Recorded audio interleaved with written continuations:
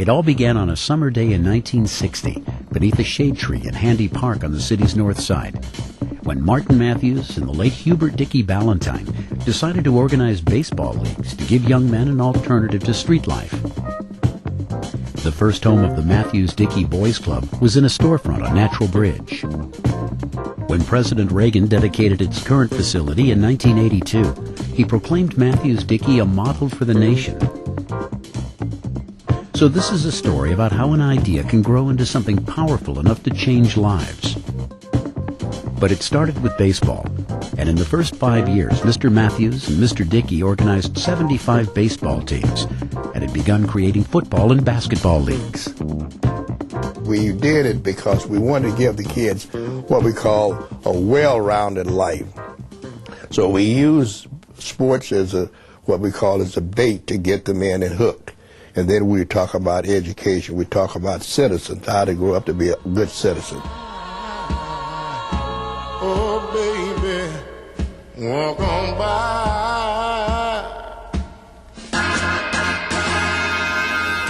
St. Louis in the early 60s offered few opportunities for most African-American youngsters. The civil rights movement had barely begun, and the region was largely segregated. Probably the greatest change in America was the 60s.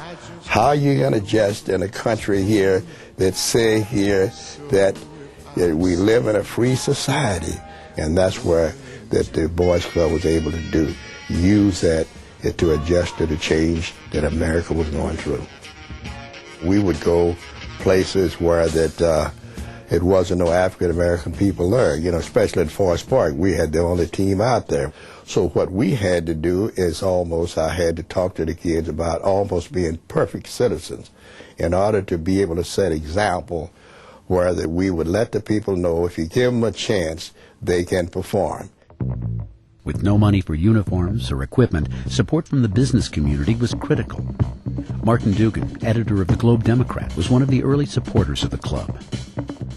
Martin Matthews was the spark plug behind the Matthews-Dickey Club's success.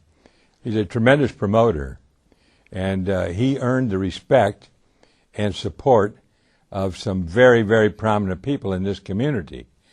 And I can remember people would say, who's that guy sitting with Martin Matthews in Gussie Bush's box? Well, it was Gussie himself. Believe me, I mean, that's the kind of an operator Martin Matthews is. Well, here you say a kid living in the city, and he wants the same life that a kid who lives in Ladue. And he's going to try to seek it one way or the other. And I think, again, it's up to the people to tell this kid here that America's a great country. If you work hard, stay the course, have that can-do attitude, you can make it. So who already knows how to use the internet a little bit? I do. All right. Raise your hand real high so I can see. Today, Matthews-Dickey offers classes on computer literacy, programs to discourage participation in gangs, tutoring in reading and social skills. So it's not just about sports, the inner city, or even boys. In the 80s, it became the Matthews-Dickey Boys and Girls Club. And today, the club attracts young people from a 60-mile radius. I was in the basketball program here, played many basketball tournaments here. I grew up in West County, in Des Peres, and even out there, people knew Matthews-Dickey. They know Matthews-Dickey now, and it definitely has a broad spectrum outside the city, well into the county. Well, we appreciate all of you being nice young boys and girls. We want all of you to be what? Somebody. Somebody. Good. That's a very good answer. Matthews-Dickey has taught me that family is very important because the staff members up here, they're not just staff members to you. They're like aunts and uncles and mothers and fathers to you because they really show you a lot. They give you a lot of guidance in it.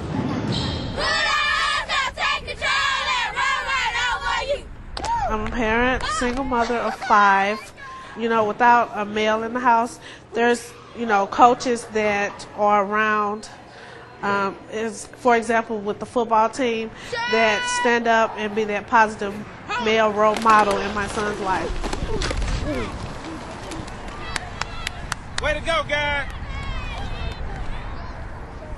Well, I got a 4-year scholarship to UMSL, and Matthews-Dickey helped me out with that.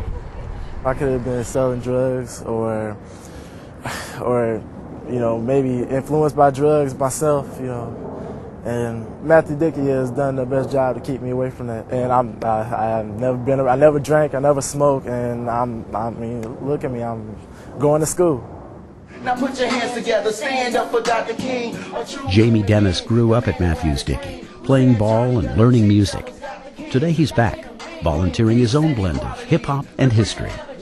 We still have a dream, we still have a dream, we still have a dream. I just looked at it being that I grew up off of that generation of gangster rap and, you know, and all that stuff. I feel like since I come from there, I will have the knowledge to speak the language of the kids that are growing up through this inner city reality, but at the same time cultivate their minds with not just a bunch of garbage that they see every day. I feel like if they can grasp the education through hip-hop, it would be a lot better than someone sitting there with a boring 2-hour lecture just talking to the kids, and then in the meantime they're wandering off in daydream land, you know, not really attaining the knowledge that you're trying to give them.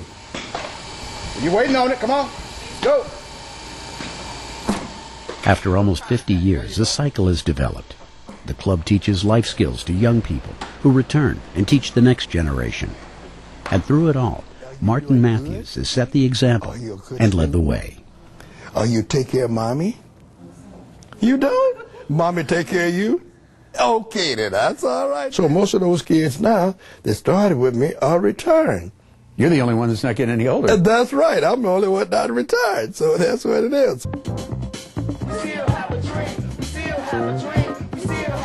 Very seldom that you can come from a shade tree to be where we are today without working hard with the right people from all walks of life.